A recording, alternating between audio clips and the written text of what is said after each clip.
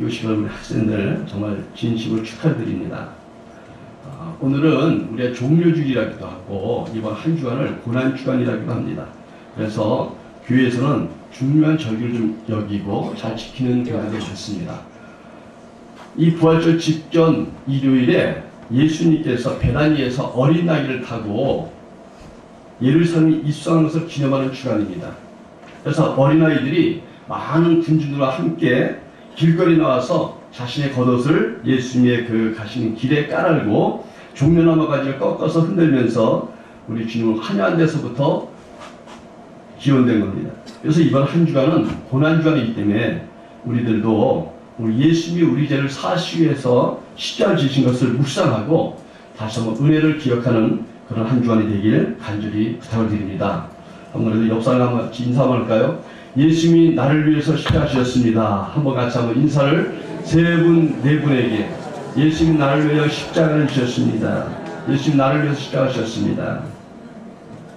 오늘 우리가 읽은 부분을 보면은 사실은 예수님이 죽으신 다음에 일들이 기록되어 있어요. 그래서 31절에 보니까 이날은 중길이다. 그래서 중길이라는 것은 안식일을 준비하는 날이기 때문에 안식일에는 시체를 그냥 두면 안 돼요. 그래서 예수님의 시신을 빨리 내려야 됐습니다. 그래서 내리다 보니까 모세 밭에서 피를 많이 흘리셨고 멸망을 쓰셔서 피를 다 흘려서 마치 다 죽은 것처럼 보이지만 그래도 혹시나 실수할까봐 창으로 찔러서 확인도 하고 그리고 이 법을 따라서 충분한 시간이 되지 않았을 때는 살아날 것을 우려하여 이게 다리를 꺾었습니다 원래. 근데 예수님만은 창으로 찔러보니까 죽은 것이 확실하다 해서 다리를 꺾지 않았습니다. 근데 이러한 일들이 사실 구약에 이미 예언됐던 일들이 일어난 거거든요. 근데 우리가 보다시피 예수님이 전능하신 능력과 기적을 이루신 분인데 죽으실 때 보면 너무 쉽게 잡히고 저항도 안 하고 자기 변론도 안 하고 묵묵히 죽음을 향해서 가는 모습이 보이고 십자가에 달리실 때도 아마 그 다른 제자들이나 예수님을 기억하는 그분의 능력과 기적을 체험한 사람들은 아마 십자가에 죽으신 그 순간에는 예수님이 어떤 기적을 베풀어서 뭔가 상황을 역전시키도 모른다는 생각을 가졌습니다. 그러나 예수님은 그런 일이 일어나지 않고 그냥 아무런 기적도 없고 평범한 사람처럼 그냥 죽음을 당하셨습니다. 완전히 죽어버리신 거예요. 모든 사람들의 기대가 어긋나 버렸습니다. 이럴 때 여러분 예수님을 아는 모든 사람들 마음속에 많은 의문이 듭니다. 왜 예수님이 저렇게 무기력하게 돌아가셨을까?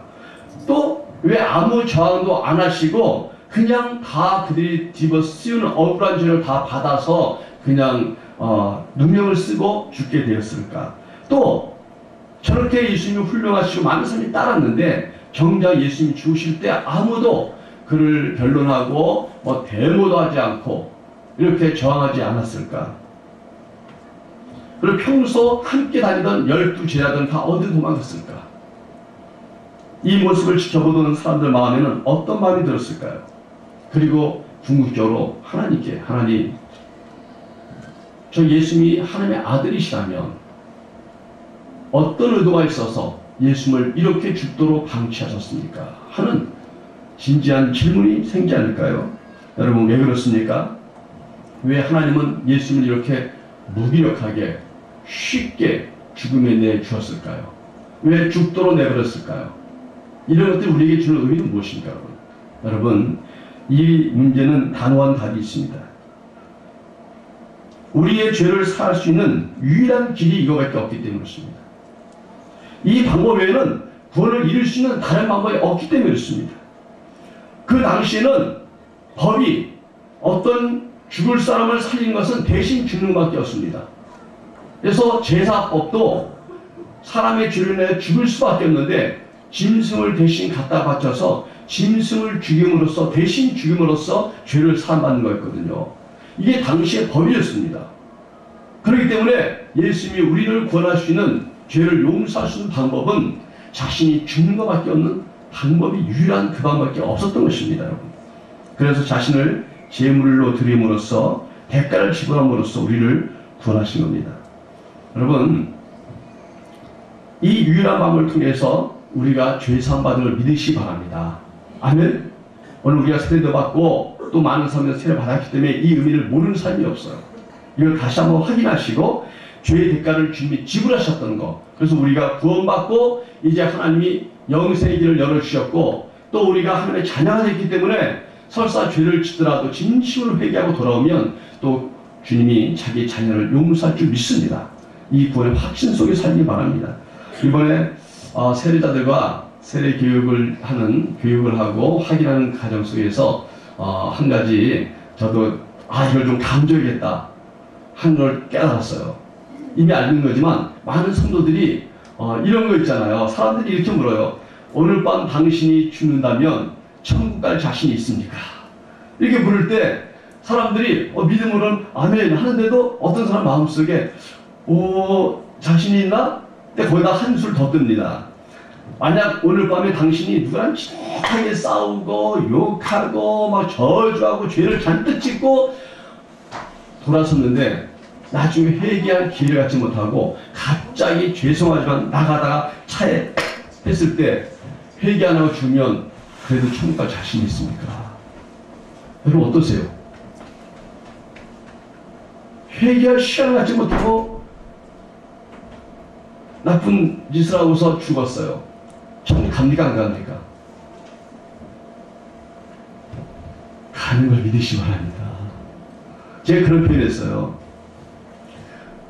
어떤 사람들은 죄를 지으면 대가를 치러야 되죠. 그런데 그 어떤 고아를 내 자녀를 입양했어요. 그러면 전에는 그냥 남이었는데 내 자녀를 입양했기 때문에 자식이 된 거예요. 만약에 입양되지 않은 다른 그냥 사람이었다면 그 사람이 잘할 땐 내가 칭찬해주고 나쁠 때는 야단치고 큰 죄를 지면 쫓아내고 하는 겁니다. 근데 내 자녀가 좀 달라져요. 내 자녀를 입양되면요 잘못을 하면 야단을 치지만 또 용서하고 지혜를 주죠. 큰 죄를 줘도 이놈 자식이 왜 이렇게 나쁜 짓을 했어? 무슨 야단을 크게 치고 대가를 치게 하더라도 그러다 금방 호적에서 파버리고 그러지 않지 않습니까? 그러니까 우리가 예수를 믿으면 의로워지고 깨끗했지만 또 죄를 지을 수 있어요. 우리가 노력하지만 인간이 약할 때가 있어요. 그러면 내가 구원받았지만 또 죄를 졌으니까 이제 천국 못 가겠구나, 영생 못 얻는구나. 그게 아니라 하나님의 자녀이기 때문에 하나님이 야단도 치고 대가를 치를 수 있지만 다시 회복시키고 우리를 사랑하는 줄 믿습니다.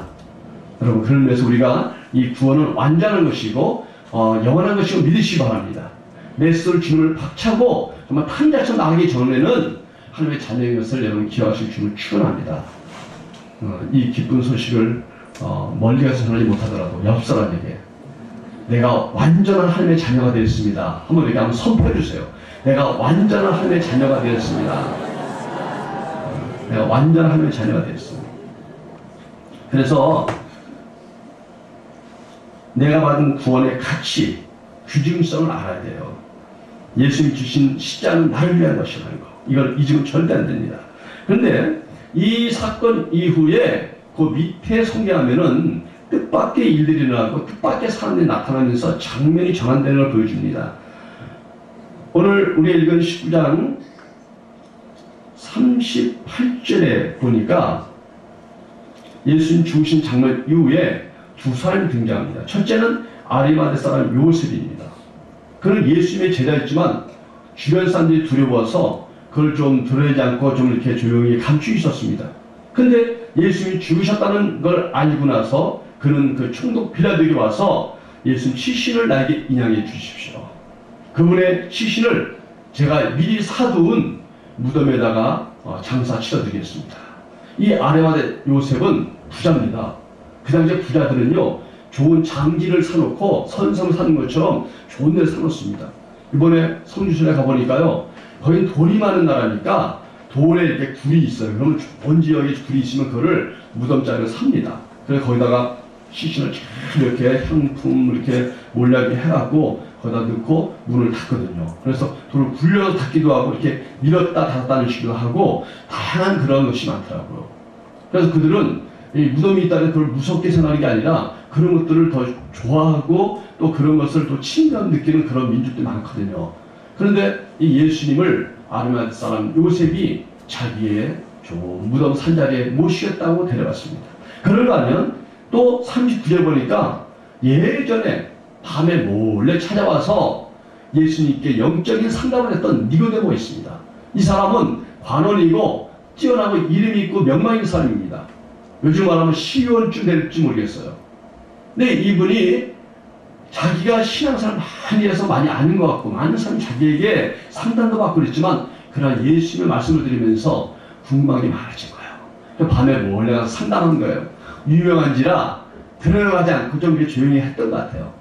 그리고 그 뒤로 니고데모 얘기가 없습니다. 그런데 예수님 죽은 다음에 나타나서 그 예수님의 시신의 말씀 몰약과 침향 비싼 걸 가지고 와서 예수님의 시신에다가 이렇게 발라주고 하겠다고 나타났습니다. 여러분, 이 두 사람이 어떤 사람이에요? 사실 많은 사람들이 인정을 받고 좋은 인상을 주고 마을의 유지고 또 명망 있는 사람들입니다. 그런데 누명을 썼지만 죄인이라고 사형수가 되어버리고 죽어버린 예수님의 그 시신 앞에 그의 죽음의 현장에 나타난다는 것은 자신의 명망을 떨어뜨리는 거예요. 자기 그동안 쌓았던 것들이 흠집이 가는 겁니다. 요즘 대통령 후보들 보세요. 막 이제는 그 내가 주도하는 그 공약을 하면서 이 사람은 아들 문제가 뭐가 있다, 뭐가 문제 있다면서 막 다 드러내서 그 사람 명망을 쓰러뜨려서 대권을 못 나도록 이렇게 무너뜨리려고 하잖아요. 그처럼 이 두 사람도 자신이 쌓았던 것이 그냥 무너질 수 있어요. 불이익이 있습니다. 이걸 사람들이 알았을 때 얼마나 수군거려 말을 할까요? 그리고 여러분 잘 생각해보세요. 평소에 따라다니던 제자들도 다 도망갔는데 이들이 꼭 나타날 필요가 뭐가 있겠어요? 제자가 안 나타나는데 우리가 안 나타나도 아무도 뭘 할 사람 없습니다. 그리고 예수님이 살아계셨을 때는 예수님에서 무엇을 하면 예수님이 칭찬도 받고 사람들이 인정도 받잖아요. 근데 예수님의 시간은 끝난 것 같아요. 돌아가셨어요. 모든 게 끝났어요. 이때는 아무도 나타나지 않아도 기대도 안 하고 효과도 없어요. 예수님 칭찬 듣는 것도 안 해요. 이럴 때는 조용히 있어도 문제가 없는데 왜 이들은 불이익을 감수하면서도 그 예수님의 시신 앞에 나타나서 향을 바르고 또 자신들의 무덤에 또 그분을 모시게 된 걸까요? 여러분, 주님도 없고 쟤들이 다 도망한 상황에서 이 뜻밖의 두 사람, 이들이 하는 지금 행동이 하는 것은 우리에게 성경이 무엇을 말하려고 하는 것일까요? 그것은 그들이 진심으로 예수님을 품고 사랑하며 따랐던 참 제자라는 것을 보여주고 있는 것입니다. 진짜 제자는 모든 상황을 넘어서서 배운 대로 사는 거예요. 확신한 대로 사는 거예요. 여러분, 우리들도 보세요. 내가 사장으로 있을 때, 시에 있을 때, 높은 자리에 있을 때 나에게 그렇게 잘하던 사람이 내가 좀 어려워져 보세요. 돌이켜보세요. 한 번 연락 한 번 하고 끊어진 사람 얼마나 많습니까? 그럼 그 사람이 잘했던 것이 정말 나를 존중했을까요? 아니면 나한테 어떤 이익을 위해서 아부한 것이었을까요? 우리가 만약에 퇴직을 하고 아니면 실직을 하고 직위가 이제는 뭔가 없어져 갖고 됐더라도 평소에 존경한다 했던 사람이 나타나서 그래도 커피 한잔 합시다. 생각나서 왔습니다. 전화 한 통 하고 그런다면 야, 이 친구는 내가 어떤 그 권위가 없어졌는데도 불구하고 이런 거 보니까 참 나를 그래도 존중해주는 친구구나. 이러지 않겠습니까?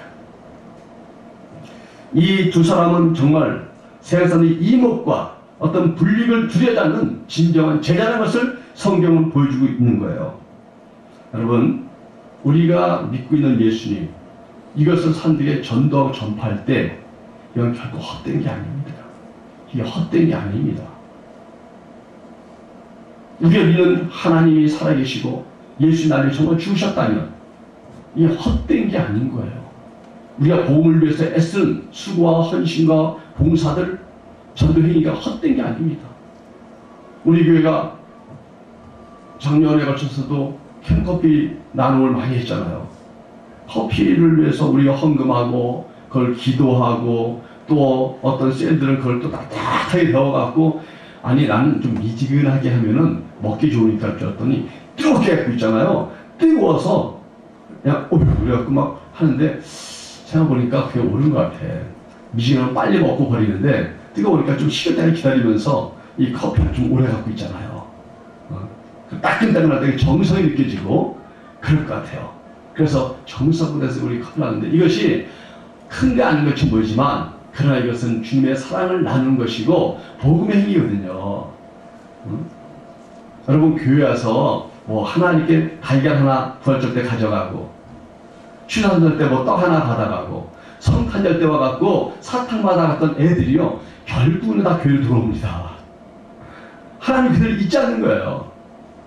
그렇지만 복음 전파는 당시엔 열매가 없어 보여도 결국 그 마음에 떨어진 그 씨앗은 시간이 지나면서 열매를 맺게 되는 거예요. 여러분 좀 아이러니하지 않습니까? 예수님의 십자가 이전에는 제자들 얘기가 참 많이 나와요. 대단한 믿음의 사람들, 능력의 사람들, 아주 기라성 같은 예수님의 제자들. 근데 정작 예수님이 죽음으로 끝났을 때 그들은 나오지 않았습니다. 베드로 한 사람 외에는 뭐 결코 이렇게 소개도 많이 나오지 않습니다. 그런데 이 틈새에 이 아레네 사람 요셉과 니고데모가 나왔습니다. 그들은 예수님의 죽으심과 함께 도리어 예수님이 했던 그 복음을 다시 부둥켜 안고 바톤을 이어받아서 진정한 제자로서 나오기 시작한 것입니다. 이들이 정말 세상을 두려워하는 진정한 제자들이라는 것을 성경은 우리에게 보여주는 거예요. 여러분, 이 두 사람의 모습에서 오늘 우리는 무엇을 느껴야 되고 무슨 생각을 하게 됩니까? 정말 내 안에 살아있는 신앙이 있는가? 내 안에 정말 부활하신 주님을 믿는 믿음이 있는가? 어떤 사람은요, 교회 한 두세 번 빠지면요, 교회 가기 싫대. 그냥 누구 끌려다니다 보니까 그냥 교인 같았는데 두세 주 빠지니까 신앙이 하나도 없는 거예요. 그러나 진짜 예수 그리스도를 마음에 품은 사람은 어떻게 됩니까? 전에 우리 신학교 졸업식 때 대만으로 마지막 졸업여행을 갔어요. 신나게 관광버스를 타고 달리는데 달리다 보니까 신학생들 아니에요. 사명감이 있고 막 믿음 있는 분들. 그러니까 그분들이 달리면서 자기도 모르게 다들 생각이 드는 게 뭔지 아세요? 한국은 십자가가 흘러 넘치는데 여기는 십자가 하나 찾기 이렇게 어렵구나. 막 구경해 보니까 십자가 하나도 안 보여요. 하나도 안 보여요. 그러니까 마음속에 있잖아요. 아픈 거예요. 이 땅에 십자가 이렇게 하나도 없나? 진짜 어디 수군 나오는데 보니까 십자가 하나도 없다는 거야. 그러니까 다들 가슴이 아픈 거야.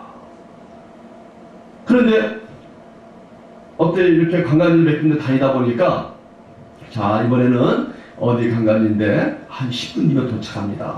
그래서 그렇구나 하고 있었는데 관광지 다 대충 해보니까 그 입구 쪽에 십자가 하나 딱 보이니까 야 십자가다 다들.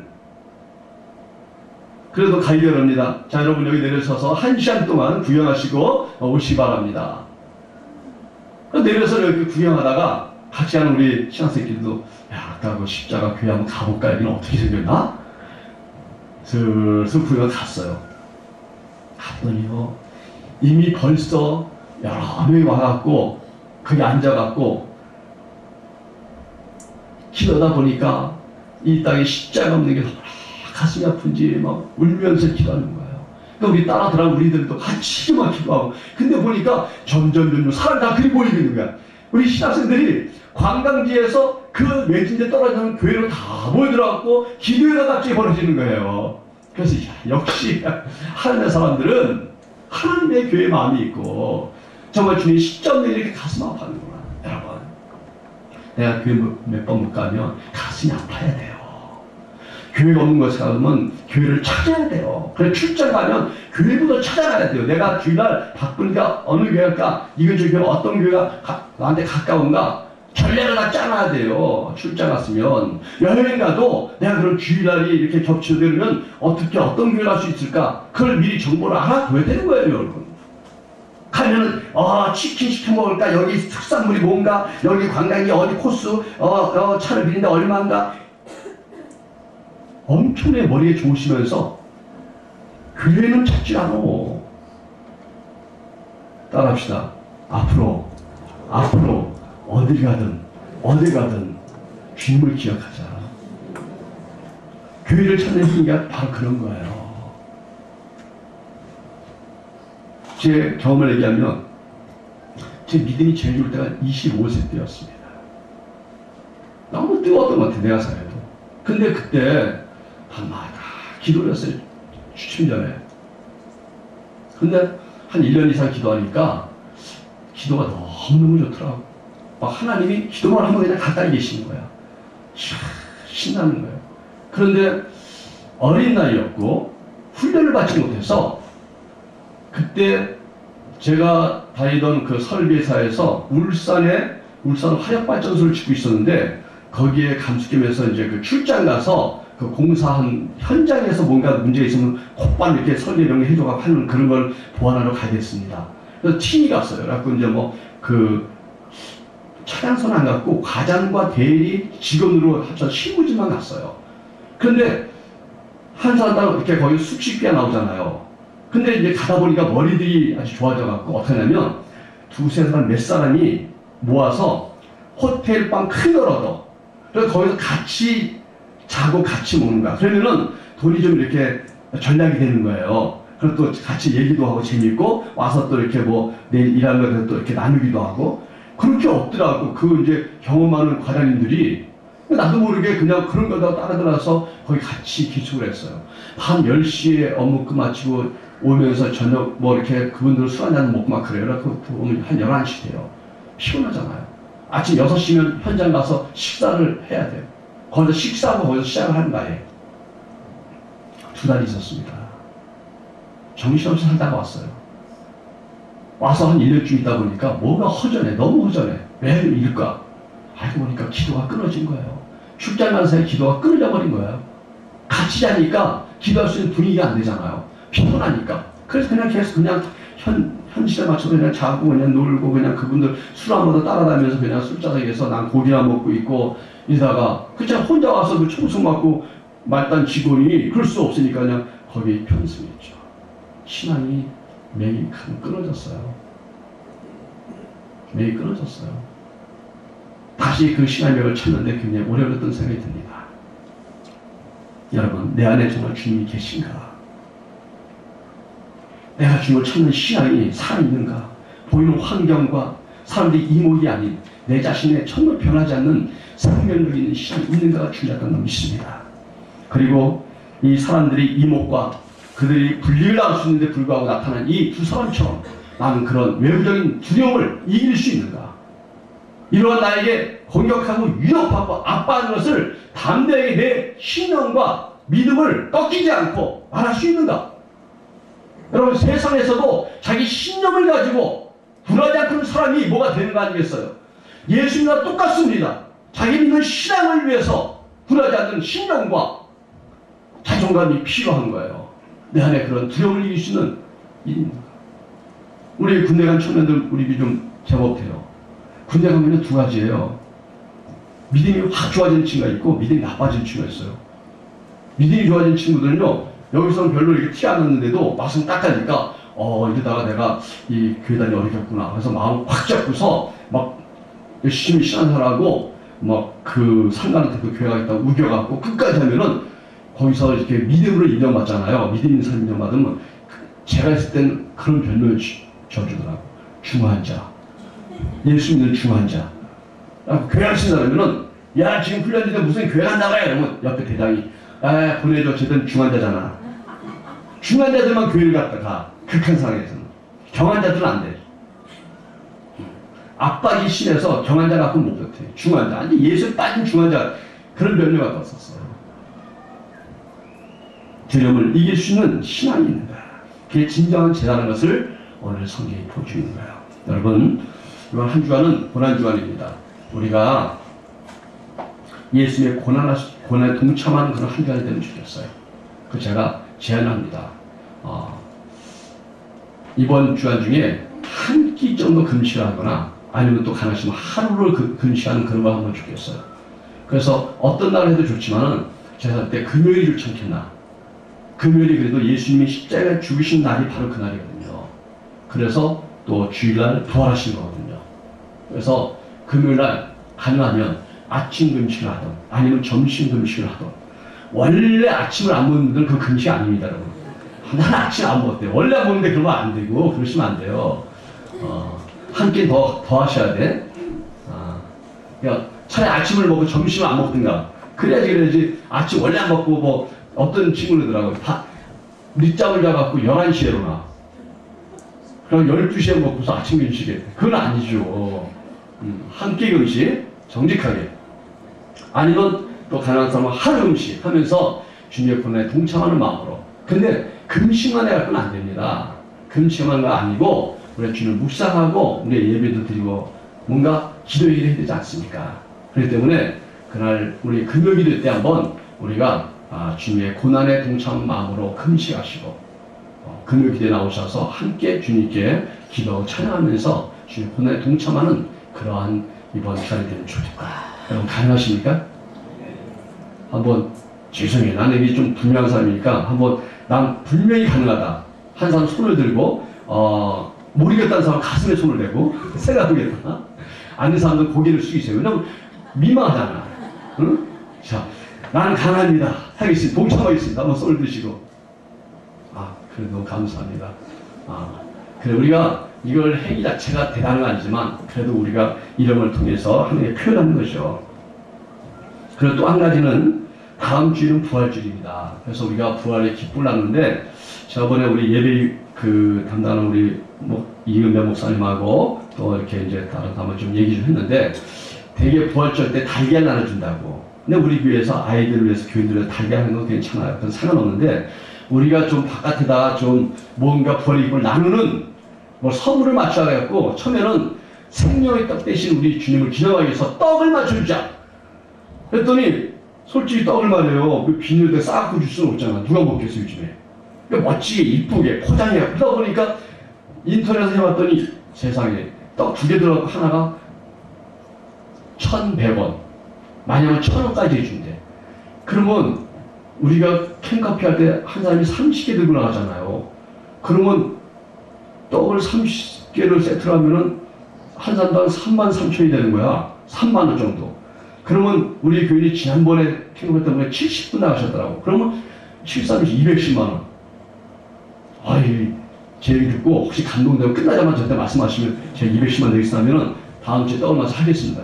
근데 간이 작아갖고 지금 현재로는 그래서 제가 저쪽에 그러지 말고 우리 캔커피 하던 게 있는데 자꾸 사람이 바뀌면 그게 좀 이미지가 그렇다. 그러니까 캔커피 그냥 하자.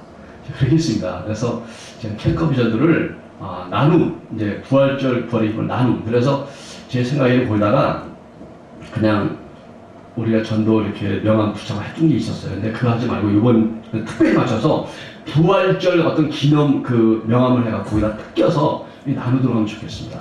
다음 주에 한번 우리 주님의 부활의 기쁨을 나누기 위해서 우리 캔커피 나눔하겠습니다.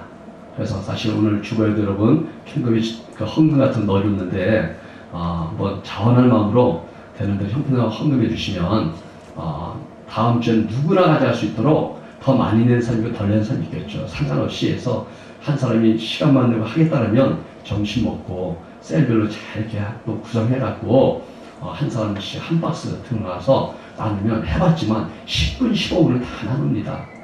그래서 이 장소 지역은 제가 다 정해주겠습니다.